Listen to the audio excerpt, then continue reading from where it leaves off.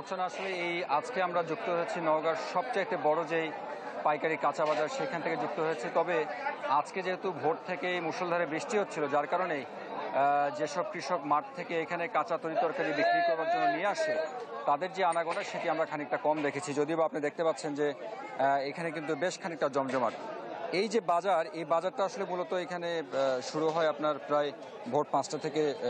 যারা কৃষক আছেন তারা বিভিন্ন ধরনের যে পণ্য সেগুলো নিয়ে আসতে থাকেন, এবং যারা ব্যবসায়ী আছেন বা এখানে ব্যাপারী আছেন তারাও কিন্তু তারা মালামালগুলো কিনবার জন্য এখানে সমবেত হন।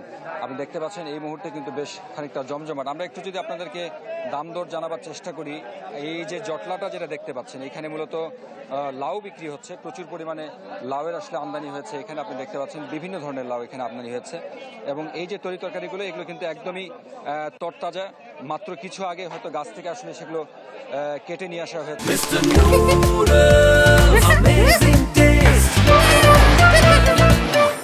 আমরা একটু জানতে চাই কি দামে আসলে বিক্রি হচ্ছে আজকে? আজকে 35 টাকা দামে বিক্রি হচ্ছে, 35-30। এটা হচ্ছে মানে গত এক সপ্তাহের কথা যদি আমরা ধরি, তার থেকে আসলে বেশি নাকি কম? তার থেকে একটু বেশি। একটু বেশি। তার মানে লাউয়ের যে দাম সেটি আসলে বেশ খানিকটা বেড়েছে। এখানকার যিনি ব্যবসায়ী, যিনি বিক্রি করছেন আসলে পাইকারি কিনবার পরে, তিনি কিন্তু জানাচ্ছেন যে খানিকটা বেড়েছে।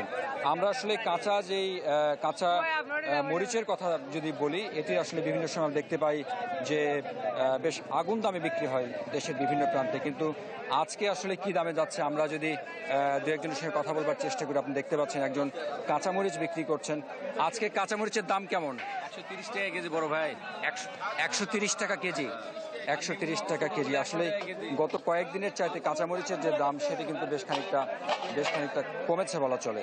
এছাড়া বেগুন আসলে মোটামুটি 50 টাকা কেজি, এবং হচ্ছে যে আলু, যেটি আসলে দেশি আলু বিক্রি হচ্ছে, সেটি মোটামুটি 50 থেকে 52 টাকা কেজির মধ্যে বিক্রি হচ্ছে। বলা চলে যে গত এক সপ্তাহের ব্যবধানে কাঁচা যে তরিতরকারির দাম সেটি কিন্তু বেশ খানিকটা কমেছে নওগাঁর বাজারে।